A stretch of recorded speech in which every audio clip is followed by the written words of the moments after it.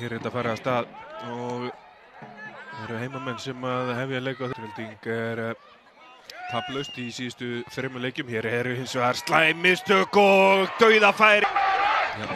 Framkomna í sókn og Vuk með setningunum til skallið frá Kenny Joppard í fjærhóttið og heimamenn eru komnir yfir. Frábær skallið hjá Kenny Joppard fyrirliða. Magnús skoðar sig Haraldur með fyrirgjöfuna og þetta fer gegnum alla pakka, skoti hérna og 2-0.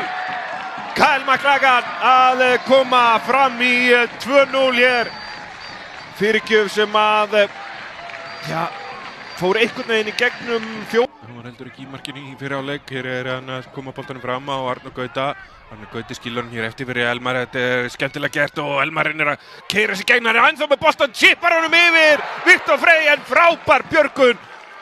Vá! Kannski bara að tróða einu inn til að fá almennilega trú á verkefninu.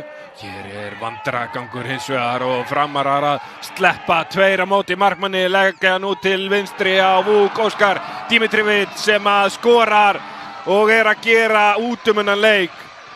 Og þá flautar Helgi Mikael til loka þessa leiks. Fram 3, Afturelding 0. Kenny Joppard, Kyle McLagan og Vuk Óskar Dimitrivic með mörkin fyrir Fram.